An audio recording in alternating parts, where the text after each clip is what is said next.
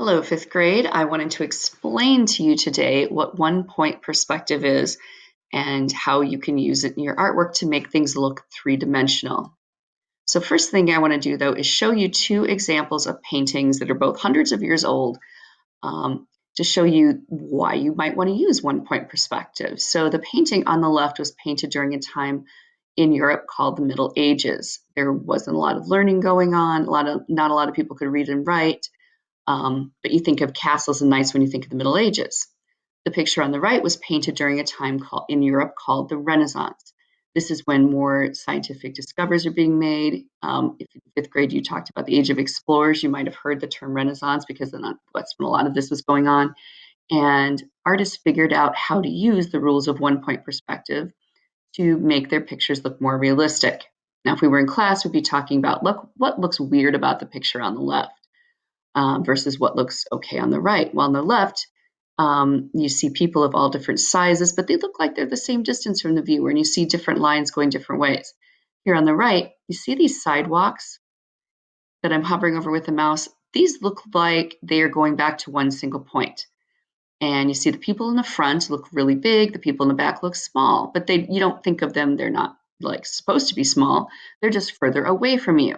And you probably talked about that in elementary school when you did maybe a landscape, how big things are closer up things and things that appear smaller are further away. This all looks okay. Over here on the left, the sizes just look all off. See the small door where the large people look like they should be going. It doesn't really make a lot of sense. So during the Renaissance, artists figured this out. So here's another famous picture from the Renaissance. See this yellow line? This is what's known as a horizon line. That's what, if you might remember from landscape drawing in elementary, it separates the sky from the ground. But in this case, it's where your eye is looking straight out. Everything above that line is like above your eye level. Everything below the line is below your eye level. And all of these lines appear to meet at the vanishing point. So see these perspective lines on the side, like the edges of these columns, those lines are angled this way. They're angled towards the vanishing point. So one-point perspective isn't something that really exists. Like, for instance, you don't go outside and walk to the end of some railroad tracks and there's a little sign there that says vanishing point. This is just kind of an illusion because things are further away. And if you foolishly stood on these railroad tracks and walked down them, you would never get to the end. It would never appear. It would always keep getting small in the distance because it's just the way they are. You know that these are parallel. You're fifth graders. You realize what's happening in the picture. Notice too the fence posts on the side. They look like they're going to this vanishing point. The sides of the grass where it meets the gravel over here, it all appears to be converging at one spot in the distance. Now at the bottom here, I'm asking what types of things would be best to draw using perspective? Like if there was no railroad tracks here and it was like a field of bunnies, would you need one-point perspective? No, not really. It's when you're doing things like roads, hallways, buildings, maybe insides of rooms, things with a lot of straight edges. That's when it's good to use one-point perspective. So here's two other photographs that you can see. They both have like some parallel lines here, so they appear to be converging in the distance. The hedges are cut to the same height. Hallways are where you can really see this, see the lines on the windows, even the floor tiles. They all appear to be, if you were to draw this, you could use a ruler and line all these up going back into the distance. So here's our hallway outside of the art room.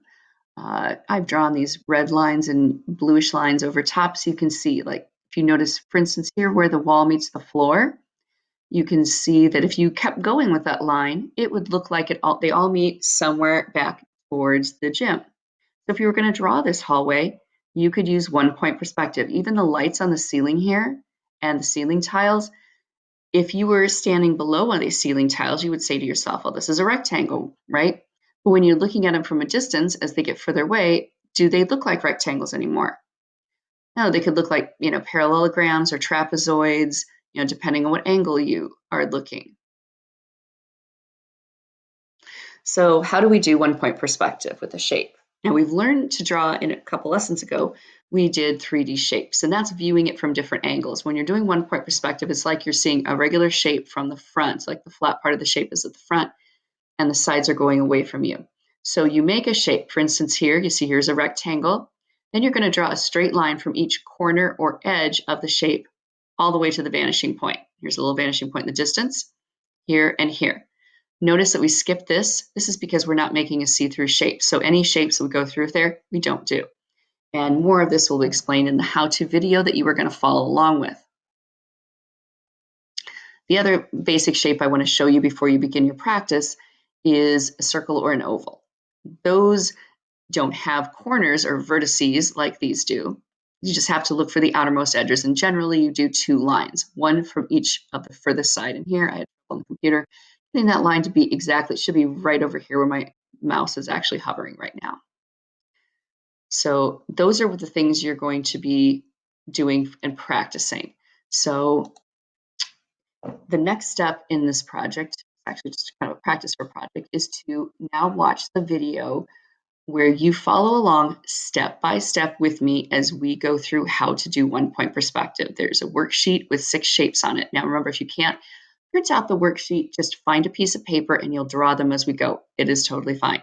But listen to the directions on that for help with that, and get ready to begin doing 1-point perspective. Thanks, everyone.